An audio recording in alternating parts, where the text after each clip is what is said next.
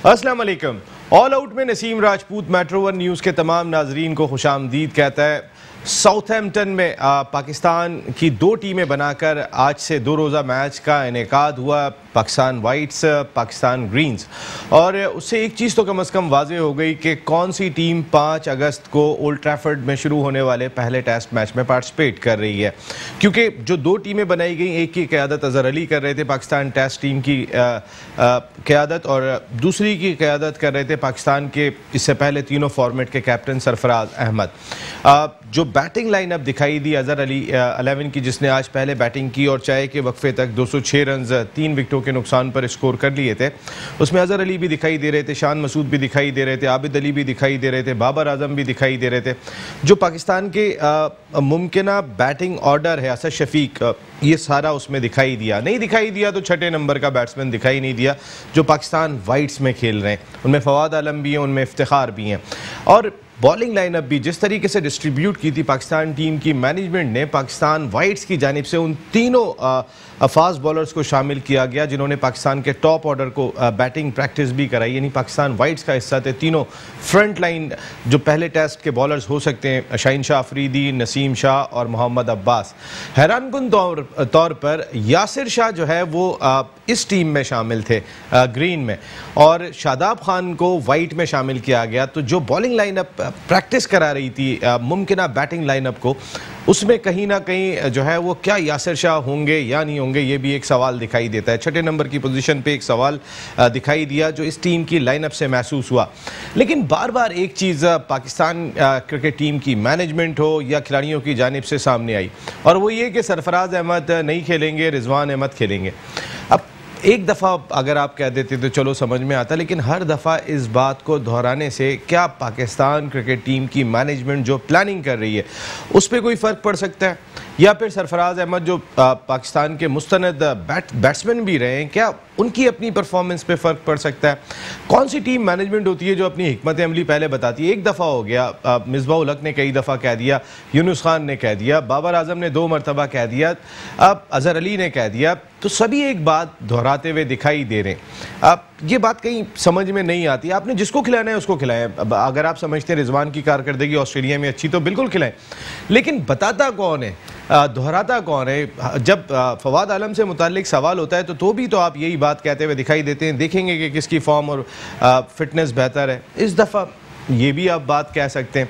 इसके साथ साथ जिन लोगों ने टिकट्स ख़रीदे थे PSL सीज़न 5 के, अब वो अपने पाकिस्तान क्रिकेट बोर्ड ने आज प्रोसीजर जारी कर दिया है जिसके तहत जिन लोगों ने टिकट्स लिए थे राउंड मैचेस के भी या प्ले ऑफ के, फाइनल के, 2 मुख्तलिफ फेज़ में वो अपने जाके पैसे वापस ले सकते हैं। 27 शहरों में पाकिस्तान क्रिकेट बोर्ड ने इस चीज़ का इनेकाद किया है। तो फिर अब ये आगाज़ हो जाएगा। पहले फेज़ में जो कराची में मैचेस हुए थे जहाँ पर शायकीन नहीं आ सके थे, उन तमाम मैचेस के, और पिंडी में जो मैच खेला गया था, बारिश की नज़र हो गया था, उसके पैसे वापस मिलेंगे। फिर प्ले ऑफ और फाइनल के पैसे दूसरे फेज़ में वापस मिलेंगे। इस तरह 6 हफ्तों में तकरीबन पाकिस्तान क्रिकेट बोर्ड तमाम पैसे वापस कर देगा जिन लोगों के भी पैसे थे। और एक लिस्ट आ गई है सामने कि किन किन ब्रांचेस से उस कंपनी की जिसके थ्रू ये टिकट फ़रोख्त किए गए थे, वहाँ से आप अपने पैसे वसूल कर लेंगे। वेस्ट इंडीज़ और इंग्लैंड के दरमियान टेस्ट मैच जारी है, उसी जगह पर जहाँ पाकिस्तान ने दूसरा और तीसरा टेस्ट मैच खेलना है। अब मकामी अंपायर बहुत ज़्यादा डिस्कस हो रहे हैं क्योंकि 6 ऐसे डिसीजन हैं दोनों लोकल अंपायर्स के कि जो कहीं ना कहीं इंग्लैंड के फेवर में गए।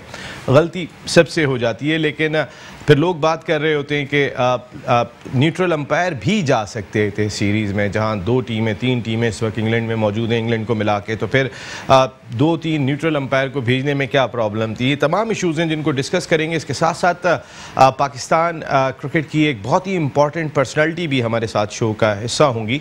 डायरेक्टर हाई परफॉर्मेंस सेंटर और फॉर्मर टेस्ट क्रिकेटर जो एक क्रिकेट की बड़ी समझ रखते हैं, नदीम खान साहब भी शो का हिस्सा होंगे और उनसे भी बात करेंगे कि उनके क्या प्लान है। लेकिन स्टूडियो में मुझे ज्वाइन कर रहे हैं पाकिस्तान के फॉर्मर इंटरनेशनल क्रिकेटर, अपने वक्त के ज़बरदस्त ऑलराउंडर, क्रिकेट एनालिस्ट भी अब कमाल के हो गए, क्रिकेट की ज़बरदस्त समझ रखते हैं, ज़फ़र इकबाल चौधरी साहब। Thank you very much Zafar भाई, बहुत बहुत शुक्रिया वंस अगेन। लेकिन आपके बेहतरीन दोस्त जिनके साथ आपने बहुत क्रिकेट खेली इस वक्त टेलीफोन लाइन पे हमें ज्वाइन कर चुके हैं, director high performance centre Pakistan cricket board बड़ी इंपॉर्टेंट जिम्मेदारी है, जहां डोमेस्टिक क्रिकेट भी अब मर्ज कर दी गई है हाई परफॉर्मेंस सेंटर में। Former test cricketer Nadeem Khan साहब, अस्सलाम वालेकुम नदीम खान साहब। वालेकुम अस्सलाम नसीम, कैसे हैं? जफर कैसे हैं आप? ठीक ठाक खान साहब। बिल्कुल जफर भाई, आप भी हमारी गुफ्तगू में शामिल रहेंगे। कोई चीज़ भी आप होगी तो हम साथ साथ दोनों मिलकर पाकिस्तान क्रिकेट की बेहतरी के लिए बात करेंगे। हाई परफॉर्मेंस सेंटर इसी सिलसिले में इकदाम कर रहे हैं। नदीम खान साहब, सबसे पहले मैं बात करूँगा, ये जो इस वक्त आपका जो मॉडल आइन आया है क्लब क्रिकेट का, उस पर बहुत ज़्यादा तनकीद हो रही है। बहुत सारे लोग ये बात कह रहे हैं कि ऐसे वक्त में जब क्लब क्रिकेट हो ही नहीं रही है तो फिर ये कैसे पॉसिबल होगा कि जो फुल मेंबर क्लब होगा वो 3 पिचेस भी साथ रखेगा, एक कोच का तकर्रुर भी करेगा, जिम की ट्रेनिंग भी होगी। खिलाड़ियों के लिए तो बहुत अच्छा दिखाई दे रहा है, लेकिन पाकिस्तान के लिहाज से क्या ये पॉसिबल है? देखिए नसीम, ये वही वाली बात हो गई कि आप कोई भी बुक उठाते हैं उसका पहला सफा ना पढ़े, आखिरी सफा पढ़ रहे हैं। तो आप फुल मेंबर की जो बात करें वो आखिरी सफे पे है। पहला सफा ये है कि बहुत आसान है, अगर आपने क्रिकेट खेलनी है रजिस्ट्रेशन कराएं, 18 प्लेयर आपके पास हो और 3 ऑफिशियल हो। तो हम पहले सफे से इसको पढ़े कि खेलना बहुत आसान कर दिया पहले से भी, और जो असल चीज है, असल चीज है क्रिकेट खेलना।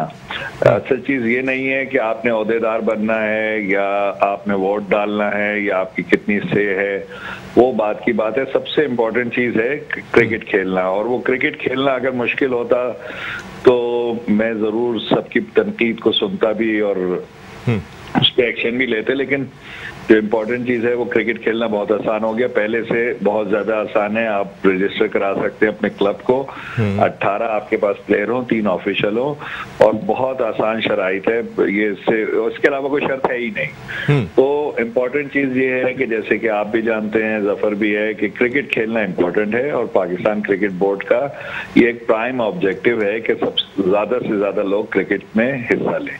तो हमने उसको बहुत आसान कर दिया। अब वो आखिरी सफे की बात है, जैसे मैंने कहा कि मिसाल के तौर पे कि आप बुक का आखिरी सफा पढ़ रहे हैं फुल मेंबर, तो फुल मेंबर क्लब जो है वो असल में एक मॉडल क्लब्स हैं, जो कि मेरे ख्याल से शायद जफर भी एग्री करेंगे, आप भी एग्री करेंगे कि क्लब असल में इसी तरह के होने चाहिए जिनकी जूनियर टीमें भी हों, जिनके पास ग्राउंड भी हों। और हमें पता है कि ग्राउंड रियलिटीज ऐसी नहीं है, और उसमें जो है वो इतने ग्राउंड नहीं है कि इतने सारे क्लब हों। लेकिन जब आप क्रिकेट खेलना आसान कर देते हैं, रजिस्ट्रेशन आसान कर देते हैं, और जो फुल मेंबर्स क्लब हैं वो सिर्फ उनके पास भी एक वोट का राइट है, एसोसिएटेड क्लब जो है उनके पास भी एक वोट का राइट है, और एफिलिएटेड क्लब जिसकी मैंने सबसे पहले बात की कि उनके पास क्रिकेट खेलना बहुत आसान हो गया, पहले से भी बहुत ज्यादा आसान हो गया। वोट का राइट नहीं है। लोग इस चीज को अंडरस्टैंड नहीं कर रहे, जो लोग इस पे तनकीद कर रहे हैं मेरे ख्याल से वो इस चीज को अंडरस्टैंड नहीं कर रहे कि क्रिकेट खेलना तो आसान हो गया पहले से भी,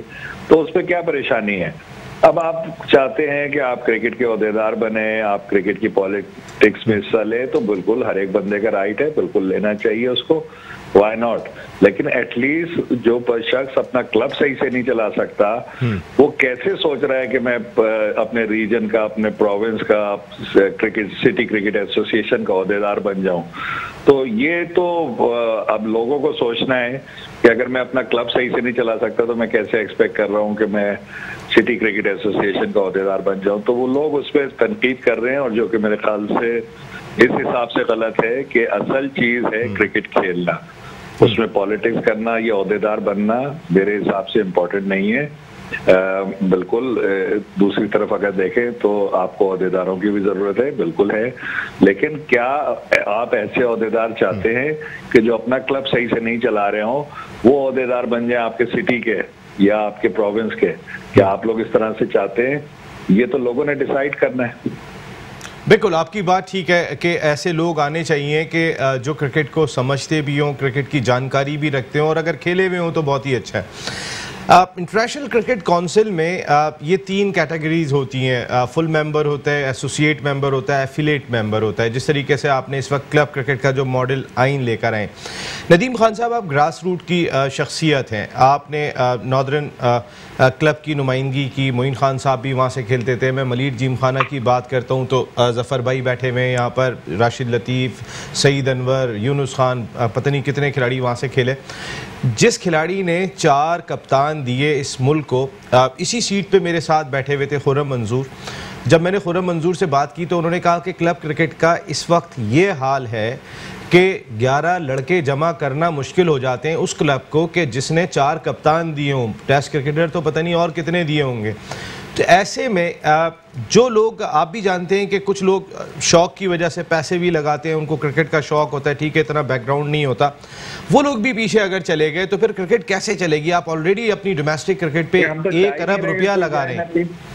नसीब, हम तो चाह ही नहीं रहे कोई जाए। हमने तो इतनी आसान शराइत कर दी ना। शौक किसी को क्या होता है कि उसने क्रिकेट ऑर्गेनाइज करनी है, बच्चे क्रिकेट खेले, यही शौक होता है ना। अब आपका एक एक्स्ट्रा शौक हो गया कि जी मैंने ओहदेदार भी बनना है। आप इस चीज को समझे ना।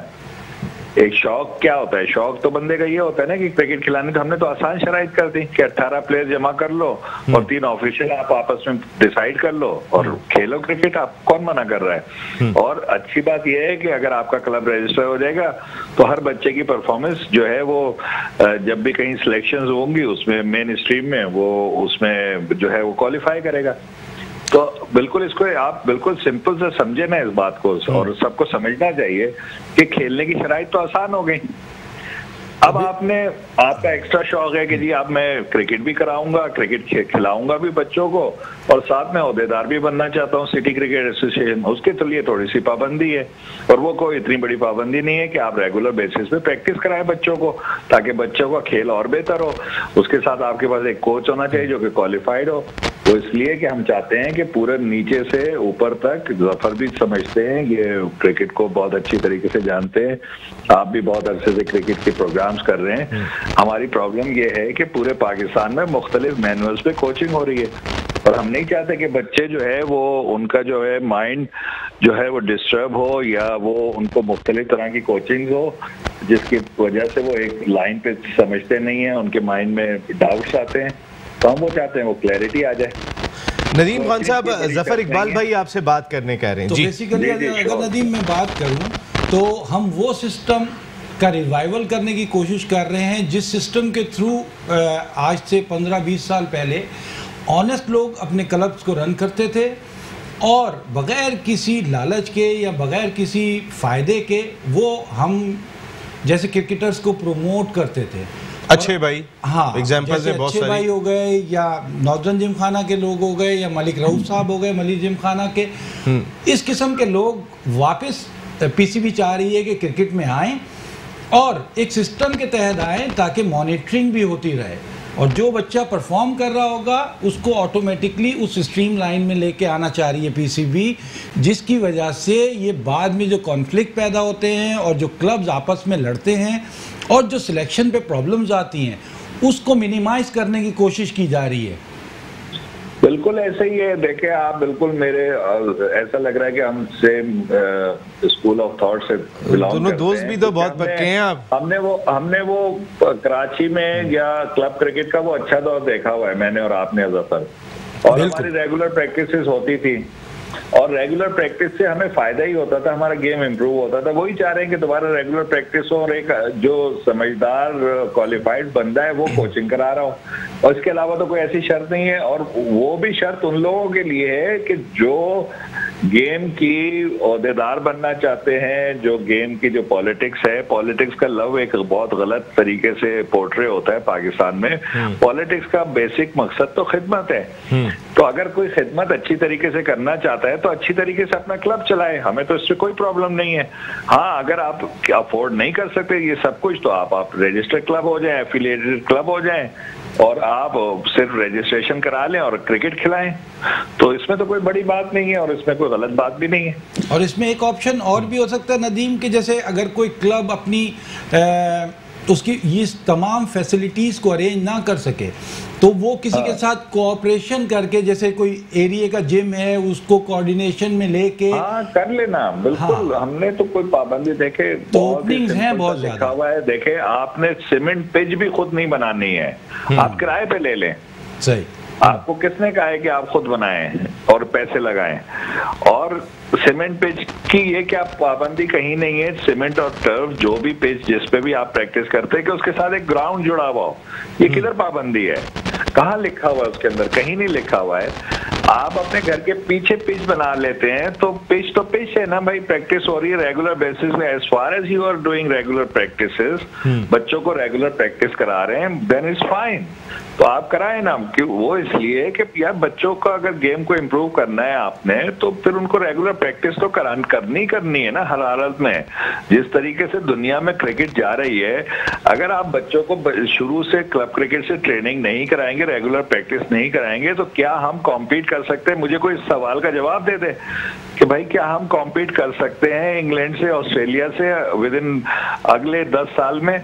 वो कहां से कहां पहुंचते चले जा रहे हैं और हम कहां से कहां जाते चले जा रहे हैं। ठीक है, आप सिर्फ परफॉर्मेंसेस नहीं देखते, आप गेम का देखते हैं कि आप खेल किस तरीके से रहे। तो आप भी अग्री करोगे, कोई भी पाकिस्तान में बंदा है वो मुझसे अग्री करेगा कि पाकिस्तान की क्रिकेट टीम का खेलने का तरीका, रिगार्डलेस ऑफ द परफॉर्मेंसेस, अभी हम उस पर डिस्कशन नहीं कर रहे हैं, खेलने का तरीका पाकिस्तान क्रिकेट टीम का और दुनिया की बाकी टीमों का, टॉप टीमों की बात कर रहा हूँ, उनसे पाकिस्तान के खेलने का तरीके में एक बहुत बड़ा डिफरेंस आ चुका है ऑलरेडी।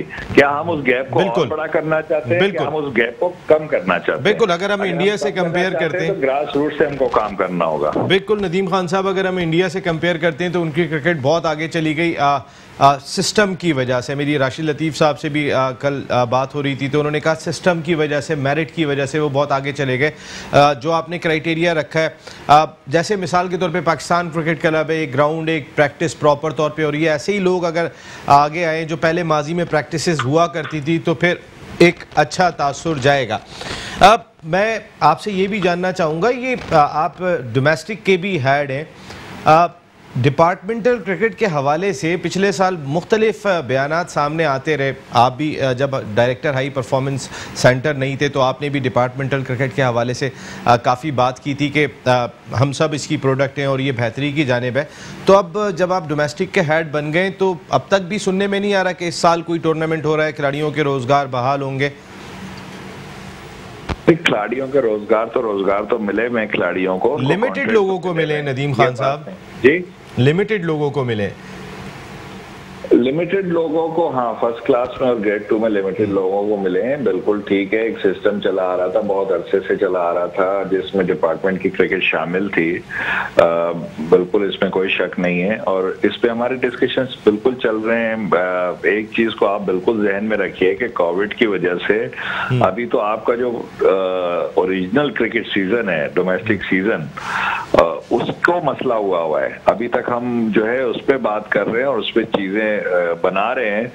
और जिस तरह की कोविड की सिचुएशन है, इसमें आपको एक बायो जो है मेडिकली सेफ एक जो है वो बनाना है, बिल्कुल बायो सिक्योर माहौल पैदा करना होगा जनाब। हाँ जी जी, उसमें बहुत सारी मुश्किलात हैं, लेकिन ये पूरी दुनिया में है। देखें, मैं इसकी कोई कंप्लेंट नहीं कर रहा हूँ, मैं ये कह रहा हूँ कि पूरी दुनिया में ये सिचुएशन अभी अराइज हुई है और जिसकी वजह से आपके पास जो है वो टाइम क्रिकेट कराने का बहुत कम हो गया है। तो इस साल हमारी बातचीत बहुत चीजों पे, इन सब चीजों पे चलती है। जाहिर बात है, अगर आपने मुझे हमेशा से देखा होगा, मैं कोई बात करता हूँ तो उसके पीछे कोई बात होती है। नहीं, कोई शुबा नहीं है नदीम खान साहब कि मैं अगर आपसे कोई या कभी भी कहीं कोई बात की है तो मैं उस चीज से पीछे हट जाऊंगा। उस पर हमारी बातचीत चल रही है। जो कुछ इसके स्टेक होल्डर्स मिलके फैसला करेंगे और जो कुछ पाकिस्तान की क्रिकेट, सबसे इम्पोर्टेंट चीज है पाकिस्तान और उसकी क्रिकेट, उसके हक में जो फैसला होगा और फिर उसकी जाहिर बात है उसके सबसे बड़े स्टेक होल्डर्स प्लेयर्स हैं, उनके हक में जो बेहतर होगा वो इंशाल्लाह हम डिसीजन करेंगे। आप बिल्कुल मुझसे यही उम्मीद रखें और अगर मैं इस सिलसिले में कोई काम नहीं कर सकता तो जरूर मुझे तनकीद का निशाना बनाए कि अगर कहीं प्लेयर को नुकसान हो रहा है या पाकिस्तान को या पाकिस्तान की क्रिकेट को नुकसान हो रहा है मेरी वजह से, आप उसको जरूर तनकीद करें। बिल्कुल, देखिए ना आप आए तो बिल्कुल हाँ, मेरी बिल्कुल ये कोशिश है, लेकिन हम एक्सपेक्ट भी यही करेंगे, सामने रखते हैं कि ये कोविड की जो सिचुएशन है इसमें टाइम की कमी है बहुत ज्यादा। बिल्कुल आपकी बात ठीक है, हम एक्सपेक्ट यही करेंगे नदीम खान साहब, तो बड़ी बात होगी इस वक्त। नदीम खान साहब हम एक्सपेक्ट यही करेंगे कि जो आपका एक ट्रैक रिकॉर्ड रहे और जिस तरीके से आपने यूबीएल की टीम को एकदम चेंज करके रख दिया था, हमने आपकी परफॉर्मेंस इससे पहले भी देखी, उसी तरीके से काम होगा। लेकिन आपने एक अच्छा फैसला किया कि डोमेस्टिक में आपने कैटेगराइज कर दिया खिलाड़ियों को। पहले हर खिलाड़ी को 50,000 रुपये मिल रहे थे आपके आने से पहले, लेकिन अब कैटेगराइज हो गया है कि अब एक खिलाड़ी 1.5 लाख रुपये भी लेगा जो टॉप कैटेगरी का होगा, और इस तरीके से फर्स्ट और सेकंड टीयर की जो टीम है उनके पैसे आपने रख दिए। लेकिन अब इसका डिसीजन कौन लेगा, वो कमेटी कौन सी होगी? क्योंकि आपके कोचेस जो 6 कोचेस जिनके अभी आपने इंटरव्यूज़ वगैरह मुकम्मल किए हैं, अब वो तमाम के हवाले से मुख्तलिफ आरा आती रही हैं यानी क्रिकेट सर्कल्स की जानिब से, तो ये डिसीजन कौन लेगा कि A+ कैटेगरी में कौन है, B में कौन है, C में कौन है, D में कौन है? इसके लिए क्या क्राइटेरिया बनाया आपने? सबसे पहले तो ये होता है, देखिए वो भी क्रिकेट बोर्ड ने ही डिसीजन किया था, हमने उसको रियलाइज किया इट वाज अनजस्टिफाइड कि एक टेस्ट क्रिकेटर और एक अंडर 19 से प्रमोट हो के फर्स्ट क्लास खेलने वाला या ग्रेड 2 खेलने वाला सेकंड टीम के लिए खेलने वाले की एक ही सैलरी हो। इट वाज अनजस्टिफाइड, और जिसको अब आप सबसे पहले अपनी गलती को रियलाइज करते हैं तो आप उसको सही करने जाते हैं। तो पहली तो चीज ये है कि अल्लाह का शुक्र है कि पहले से अब वो बेहतर एक सिस्टम आ रहा है जिसमें जो सीनियर प्लेयर हैं उसमें दो चीजें कंसीडर की जाएंगी, एक तो सीनियरिटी प्लस परफॉर्मेंस। ठीक है, 2 चीजों को कंसीडर करके इन कैटेगरीज को डिफाइन किया गया है, इनके क्राइटेरियाज बनाए गए हैं और उसी हिसाब से मिलेंगे लोगों को ये कैटेगरीज। ये अभी इस पे डिसीजन हो रहा है कि क्या कोई इंडिपेंडेंट कमेटी होगी या क्या होगी, उस पर अभी डिसीजन नहीं हुआ है। लेकिन आपको ये मैं सिर्फ बता सकता हूँ कि जो इसका बेसिक्स है वो ये है कि परफॉर्मेंस और सीनियरिटी, उस पे ये कॉन्ट्रैक्ट मिलने चाहिए, जिस पे मैं पहले दिन भी बात की थी जब मैं क्रिकेट बोर्ड में नहीं था। अब मैं क्रिकेट बोर्ड के अंदर हूँ और मैं इसी तरीके से चाहता हूँ कि जो लोग सीनियर हैं और उनकी परफॉर्मेंसेस भी हैं साथ में, स्पेशली लास्ट सीजन, हमेशा दुनिया में कहीं पे भी जब आप कॉन्ट्रैक्ट नेगोशिएट करते हैं तो लास्ट सीजन की परफॉर्मेंस बहुत ज्यादा काउंट होती है, यानी कि रिसेंटली जो आपकी परफॉर्मेंस है। तो आप यकीन रखिए कि बिल्कुल इसी पे क्राइटेरियाज बनेंगे और इसी तरीके से उनको कॉन्ट्रैक्ट दिए जाएंगे। एक आखिरी सवाल आपसे ये है कि हाई परफॉर्मेंस सेंटर कोई वर्कशॉप कराने जा रहा है डोमेस्टिक क्रिकेट के हवाले से, जो आपने प्लान्स किए, जो हमारी इत्तलात है, तो आप उन तमाम स्टेक होल्डर्स को उस वर्कशॉप में मदऊ करेंगे कि जो क्रिटिसाइज भी बहुत कर रहे हैं या जिनका पीछे बड़ा रोल रहा है पाकिस्तान की डोमेस्टिक क्रिकेट को रन करने में, सभी स्टेक होल्डर्स को बुलाएंगे या फिर आपके मनपसंद लोग ही आएंगे कि जो क्रिटिसाइज नहीं करते? देखें नसीम, एक चीज मैं आपको बता दूं कि मैं स्ट्रांगली बिलीव करता हूं इस चीज पे कि मशावरत से फैसले होने चाहिए, और हमारी ये कोशिश होगी और हमेशा आगे भी कोशिश होगी कि मशावरत से फैसले हों। जो की स्टेक होल्डर्स हैं उनको जरूर बुलाना चाहिए। मोस्टली की स्टेक होल्डर से बेहतर कोई ग्राउंड रियलिटीज नहीं जानता। अगर हम ग्राउंड रियलिटीज को हटाकर और सिर्फ दूसरी दुनिया को देख के अपने मॉडल्स बनाएंगे, वो कभी भी कामयाब नहीं हो सकेंगे। तो ग्राउंड रियलिटीज का पता होना बहुत जरूरी है, और उसके लिए आपको हमेशा अपने की स्टेक होल्डर्स को बिठाना पड़ता है, और मैं इस चीज पे स्ट्रांगली बिलीव करता हूँ। तो मेरी ये कोशिश होगी इंशाल्लाह कि जो भी लोग इसके जेन्युइनली की स्टेक होल्डर हैं उनको हम बुलाएं, उनसे मशावरत करें और पाकिस्तान की क्रिकेट के लिए फैसला करें। एक चीज मैं आपको क्लियर कर दूं कि मैं पाकिस्तान क्रिकेट का वाहिद स्टेक होल्डर नहीं हूं, और इस चीज को मैं बिलीव करता हूं, क्योंकि मैं कोई भी ऐसे डिसीजंस जहां भी मुझे डिसीजन की पावर मिली भी है, मैं कहीं भी ऐसा डिसीजन नहीं करूंगा कि अकेले कर लूं, क्योंकि मैं बिल्कुल ये इस बात समझता हूं कि पाकिस्तान की क्रिकेट मेरी क्रिकेट सिर्फ नहीं है, ये पाकिस्तान के जो पूरे क्रिकेट के फॉलोअर्स हैं और इन जनरल पाकिस्तान के अवाम की क्रिकेट है, उन सब में से जो उनके रिप्रेजेंटेटिव होल्डर्स होते हैं और वो मिलकर फैसला करें। Wish you a very good luck Nadeem Khan साहब। आप जिस तरह काम करें, अल्लाह करे कि पाकिस्तान की डोमेस्टिक क्रिकेट और क्लब क्रिकेट जो ग्रास रूट ख़त्म हो गई है आपके प्लान्स जो हैं वो बेहतर हों और उस पर काम होना शुरू हो जाए। और इसके लिए जैसे मैंने कहा कि तमाम स्टेक होल्डर्स को आप साथ लेके चलेंगे तो फिर इसका फ़ायदा ही होगा, नुकसान नहीं होगा। जफ़र भाई क्या आप ये बात मानेंगे? इंशाल्लाह। तो एक ब्रेक ले लेता हूँ क्योंकि बड़ी डिटेल में बात हो गई, आते हैं तो इस पर बात करते हैं। क्या कुछ कहा नदीम खान साहब ने, बात करेंगे ब्रेक के बाद। ऑल आउट में एक मरतबा फिर आपको खुशामदीद कहते हैं। ब्रेक पे जाने से पहले डायरेक्टर हाई परफॉर्मेंस सेंटर जो नया ओहदा मुतारिफ कराया पाकिस्तान क्रिकेट बोर्ड ने, नदीम खान साहब उसके डायरेक्टर बने। उनसे हमने तफसीली गुफ्तगू की, क्या कुछ करने जा रहे हैं आप, जो हम अक्सर बात करते रहे कि डिपार्टमेंटल टीम्स, उसके हवाले से भी उन्होंने बात की कि कहीं ना कहीं काविशें हो रही हैं इस सिलसिले में। मॉडल आइन जो आया है क्लब क्रिकेट का, उस पर भी बात हुई, कई इशूज़ पे बात हुई। अब हमें अमेरिका से भी ज्वाइन कर चुके हैं शो की जान, पाकिस्तान के farmer first class cricketer 1 2 3 Sajid Khan. Sajid भाई अस्सलाम वालेकुम। वालेकुम सलाम नसीम भाई, आपको बहुत बहुत सलाम, जफर भाई को बहुत बहुत सलाम। साजिद भाई आता हूँ, जफर भाई जब से चुप बैठे हैं वो स्टार्ट से ही नदीम खान साहब आ गए थे, इनसे स्टार्ट लेता हूँ, वहीं से हम कंटिन्यू करते हैं। आप सुनिएगा क्या क्या बातें हुई। नदीम खान साहब ने जो खुलासा किया आज मॉडल आइन का, डिपार्टमेंटल क्रिकेट का, जफर साहब क्या कहेंगे? अच्छा, अगर उसको ब्रीफ डिस्क्राइब किया जाए नसीम, तो उसने बेसिकली आपको वो सिस्टम बताया है जो आज से 20-25 साल पहले कराची, स्पेशली कराची और फिर ऑल ओवर द पाकिस्तान होता था। ऑनेस्ट किस्म के लोग थे जो क्लब्स को बगैर किसी लालच के रन करते थे, अपनी जेब से खर्चा करते थे, और जब उनमें से कोई प्लेयर पाकिस्तान टीम या कराची की टीम या इवन जोन की टीम में सिलेक्ट होता था तो उनकी खुशी दीद होती थी, यानी वो बहुत खुश होते थे।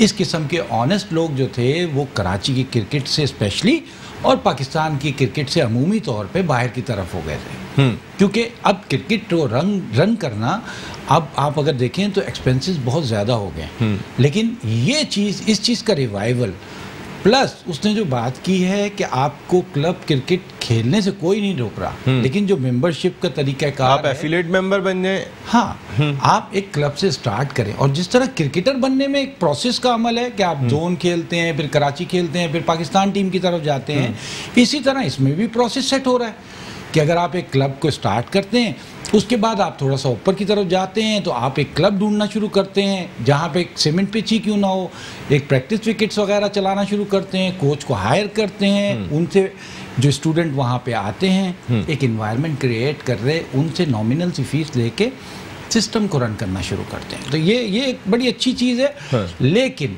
सबसे बड़ी और इम्पॉर्टेंट चीज़ नसीम इसमें ये है कि आने वाला कल आज से अगर बेहतर होगा तो हमें लगेगा कि कोई इम्प्रूवमेंट आ रही है। बिल्कुल, और ये ही अमली मेन चीज, इसके रिजल्ट क्या आते हैं ये जरूर देखना होगा, क्योंकि डिसीजन तो बहुत बड़ा लेने जा रहे हैं नदीम खान साहब। साजिद खान साहब, आज बड़ी डिटेल गुफ्तगू हुई, आपने सुनी होगी नदीम खान साहब के बारे में, जो अब तक वो उन्होंने गुफ्तगू की, आप किस तरह समअप करेंगे? देखिए, कोई दो राय नहीं है और यकीनी तौर पर ग्रेट नदीम खान ने जिस तरह गुफ्तगू की, जो विजन है उसको सराहना चाहिए, अप्रिशिएट करना चाहिए। और ये वो चीजें हैं जो प्लान लेके हैं, सच्चा ईमानदार दयानतदार आदमी। मगर बात ये, इसको पॉजिटिव लेना चाहिए, इसको हमें सराहने की कोशिशों को सराहना चाहिए, इस पर काम करना चाहिए। मगर बात क्या होती है, अमिताभ बच्चन दुकान चमका रहे हैं, उस पर साबिक क्रिकेटर आके 1 2 3 कर रहे हैं। भाई बात ये 1 2 3 करने का फायदा क्या है? बात वो करो जो बंदा विजन लेके आया है। ये बात जफर इकबाल ने बड़ी प्यारी बात की, जब हमने जफर इकबाल ने क्रिकेट खेली जो 20 साल पहले, उस क्लब क्रिकेट का म्यार आज की फर्स्ट क्लास क्रिकेट से बहुत बढ़कर बेहतर होगा। मगर आज की फर्स्ट क्लास क्रिकेट उस तरह की नहीं होती जिस तरह की हो रही है। मगर नदीम खान को डिसीजन लेने पर मजबूर किसों ने किया? उन कोचों ने किया जो साइड में कोचिंग करते थे। 67 हजार रुपए एक घंटा की कोचिंग लेने पे मजबूर हो जाते थे बच्चे, उनके पेरेंट, क्योंकि वो पेट होते थे और जो कोचेस होते थे तो वो अपने तना। आप ये बात कह रहे हैं साजिद खान साहब, आप ये बात कह रहे हैं कि इस आइन के बाद गरीब के बच्चे को भी फायदा होगा। पहले जो अफोर्ड कर सकता था वो अपने बच्चे की कोचिंग करा लेता था, अकेडमीज में भेज देता था। क्लब क्रिकेट हो ही नहीं रही है, ग्राउंड अब पहले की तरह रहे नहीं है, तो अब गरीब का बच्चा भी किसी एफिलिएट क्लब से ऊपर आ जाएगा, आप ये बात कह रहे हैं?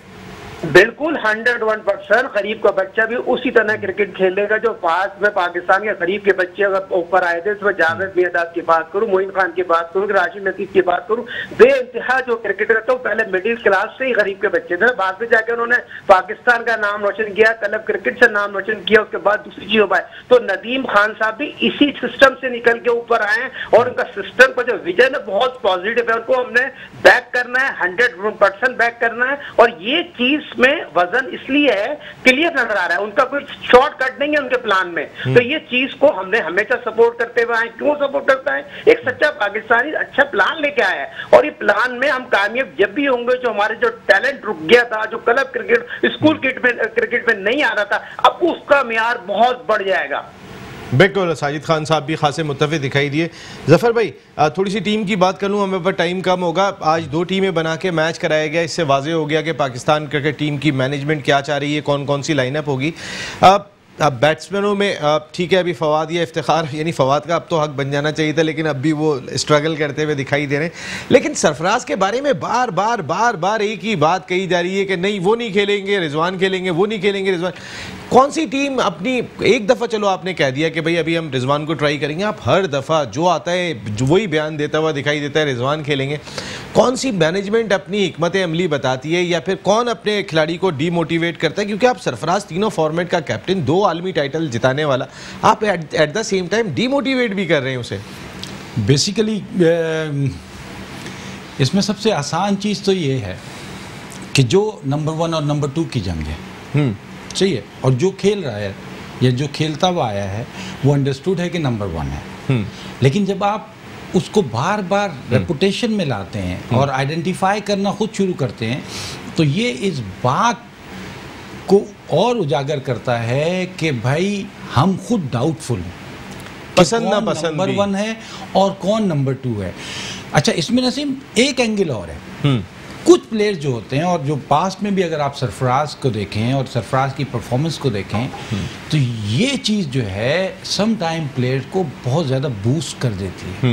सरफराज के साथ माजी में जो हुआ था, इग्नोरेंस जो है ना, मार के उन्होंने जगह बना ली। इग्नोरेंस जो है ना, वो सम टाइम कुछ प्लेयर्स के लिए बहुत ज़्यादा मोटिवेट करती है उनको। तो हम लोगों को बीइंग एनालिस्ट या बीइंग क्रिकेटर फॉर्मर, क्या मैनेजमेंट सही कर रही है आपके ख्याल में? ये कि बार की सोच वहाँ नजर नहीं आ रही, ये मैं अपनी जाती सोच, तो उनकी पसंद नापसंद नजर आ रही है। देखें, वो बेसिक रूल पे जा रहे हैं जो कि हर जगह पे वो नहीं जाते हैं। क्यों? क्योंकि अगर वो इस चीज़ पे जाएं तो फिर इफ्तिखार का नाम कहीं भी नहीं आना चाहिए, फर्स्ट चॉइस फवाद आलम होना चाहिए। क्यों? क्योंकि पीछे पास में फवाद, वहाँ तो ये बात कह देते हैं कि भाई जो 6ठे नंबर का बैट्समैन होगा उसकी परफॉर्मेंस देखेंगे, यहाँ बगैर परफॉर्मेंस देखे हुए कह देते हैं कि ये विकेट कीपर खेलेगा। तो क्या ये सही है? इमेच्योर किस्म की बातें हैं ये। इस किस्म की बातें टीम कैंप में थोड़ा सा आप समझ लें कि फासले पैदा करती है प्लेयर्स में, जो कि एक अच्छी मैनेजमेंट कभी भी इस तरह की कोई भी हरकत नहीं करती। साजिद खान साहब, आप क्या कहेंगे इस पे कि एक के लिए आपने मुख्तलिफ क्राइटेरिया रखा है, फवाद आलम के लिए एक, रिजवान और सरफराज का मामला हो जाए तो मुख्तलिफ क्राइटेरिया दिखाई देता है, हर आदमी आके कह रहा होता है वो खेलेंगे। क्या ये बेहतर है? भाई, सरफराज पाकिस्तान के लिए 52 टेस्ट मैच खेला है, 3 सेंचुरी बनाई हुई है और 42 का बैटिंग औसत से, और 30 नंबर पे जो तीसरा खिलाड़ी सबसे ज्यादा टेस्ट मैच खेला हुआ इस टीम में मौजूद है। 2 सीरीज खेल चुका है, जो इंग्लैंड में बहुत अच्छा उसका रिकॉर्ड लगता है। मगर मिसबा वालों को, वकार को कौन समझाएगा? उनकी टच से मच नहीं, और हर वक्त की भी बाबर से खिलवाते थे, कभी किसी से खिलाते थे। रिजवान भाई, रिजवान को 6ठे नंबर ऐसे बैट्समैन खिलाने, सरफराज ऐसे विकेट कीपर खेलेगा तो पाकिस्तान क्रिकेट टीम जो आज टेस्ट मैच जो खेला जा रहा है, जो आपने देखा वेस्ट इंडीज के कप्तान को देखे कितना आला उसने बॉलिंग की, उसकी पेस है, 6 विकेट उसने ले ली। इंग्लैंड जैसी मजबूत बॉलिंग लाइनअप जगह पे गेंदे करके, जी साजिद भाई, जगह पे गेंदे की देखें, मैरिट के बाद बात करनी चाहिए, आपको सच की बात करनी है। अगर इनकी नियत जीतने की है तो सरफराज को टेस्ट मैच में खिलाना है, तीनों टेस्ट। लेकिन साजिद भाई, रिजवान को क्या 6ठा बैट्समैन खिलाएंगे आप वहां फवाद आलम की जगह जो बनती है वो कैसे? देखिए, अभी तो विकेट कीपर तो एक ही खेलेगा ना। मैं आपको बता दूं, फवाद को नहीं खिलाएंगे। अगर छठा बैट्समैन खेलेगा, इफ्तिखार खेलेगा, क्या फहीम अशरफ खेलेगा जो एज ए ऑलराउंडर और बहुत चहीता है, तो फवाद आलम को पर बहुत मुश्किल हो जाएगी खिलाने के लिए। एक जगह बनती है और साइड मैच बहुत इंपॉर्टेंट है, जो साइड मैच खेला जाएगा। अभी इन्होंने 4-4 ओवर सिर्फ देखिए साइड मैच किसी काउंटी से थोड़ी खेलना है, आपस में ही खेलना है ना। ये जो 2 रोजा मैच खेल रहे हैं नसीम भाई, इनका माइंड सेट तो इसी तरह का है ना। इनके माइंड सेट में मैं, आप और जफर भाई तो नहीं घुस सकते। नेगेटिव माइंड के लोग हैं, जिसमें अगर बात करूं, मिसबा की बात करूं, वकार की बात करूं, 2 पॉजिटिव लोग इस टीम में मौजूद है, मुशी और यूनुस खान। ये 2 पॉजिटिव आदमी है। अगर मुशी से बात हो रही थी, उन्होंने इतना अच्छा मोटिवेट किया हुआ। हर खिलाड़ी क्रिकेट में कुछ करना चाहता है। अगर क्रिकेट में ये लोग तो करना चाहते हैं, मगर ये 2 लोग अगर इनके साथ शामिल हो जाएं तो पाकिस्तान इंग्लैंड की सरजमी में टेस्ट सीरीज हरा सकती है। पाकिस्तान की टीम बहुत बेहतर है उनसे, इंग्लैंड के मुकाबले में। उनकी बॉलिंग अच्छी है, हमारी बॉलिंग बहुत आउटस्टैंडिंग हो जाएगी। शाहिनशाह आफरीदी के साथ मिलने से एक अच्छी बॉलिंग लेंथ और डायरेक्शन। मगर अब तक की जो इतलात है, मगर वकार और मिसबा की जो सेंस है वो एक है, और यूनुस की और मुशी की सेंस एक है। तो फिर तो आप ये क्या कह रहे हैं कि क्या टीम मैनेजमेंट ही अलग-अलग हो गई है? हाँ ना, बिल्कुल। देखे ना, यूनुस खान फवाद आलम को खिलाएगा, मुश्किल किया है, मोटिवेट करने, टीम को मेंटोर करने, असिस्टेंट बॉलिंग कोच भी है, सब कुछ है। मगर वो जो चाह रहे हैं, यूनुस खान फवाद आलम को लेके आ जाते हैं और सरफराज को लेके आए, तो आपकी टीम टेस्ट सीरीज जीत सकती है। मगर मिसबा और वकार का कौन सब जाएगा? ये बड़ी बात साजिद भाई, इस पे कल भी हमने जरा डिटेल में बात करनी है। आज प्रोग्राम का वक्त खत्म हो गया। Thank you very much Sajid Khan साहब, बहुत बहुत शुक्रिया। And thank you very much Zafar भाई। आज ज्यादा मौका नहीं मिला, नदीम खान साहब से डिस्कशन हुई, लेकिन बहुत सारी चीजें हमारे और आपके जहन में आ गई कि क्या कुछ पाकिस्तान की डोमेस्टिक क्रिकेट में होने जा रहा है। Director high performance centre Nadeem Khan साहब शो का हिस्सा थे। पाकिस्तान क्रिकेट टीम की तैयारियां अच्छी होनी चाहिए, क्योंकि अभी वेस्ट इंडीज़ ने इंग्लैंड को कहीं ना कहीं मसाइल से दो चार किया। पिचेस डिफरेंट होंगी। इसी जगह पे पाकिस्तान ने दूसरा और तीसरा टेस्ट मैच खेलना है कि जहां पर स्ट्रगल किया पहली इनिंग में इंग्लैंड ने। लेकिन पाकिस्तान की टीम मैनेजमेंट के हवाले से जो साजिद खान कह रहे हैं कि अगर वो भी बटी हुई दिखाई दे रही है, तो फिर जो 29 खिलाड़ी आप लेके गए तो वो मसाइल का शिकार हो जाएंगे। आप मैनेजमेंट को एक पेज पे होना पड़ेगा और ऐसे डिसीजन ज़रा सोच समझ के लें कि जिससे कम से कम ना कोई डीमोटिवेट हो, ना आपकी प्लानिंग का किसी को पता चले, जो आप सरफराज और रिजवान के मामले में कर रहे हैं। नसीम राजपूत यहाँ अपनी पूरी प्रोडक्शन टीम के साथ चाहेगा। इजाज़त ज़िंदगी रही तो फिर कल रात को 10 बजे आपसे फिर मुलाकात होगी। टिल देन, अल्लाह निगहबान। हाथों को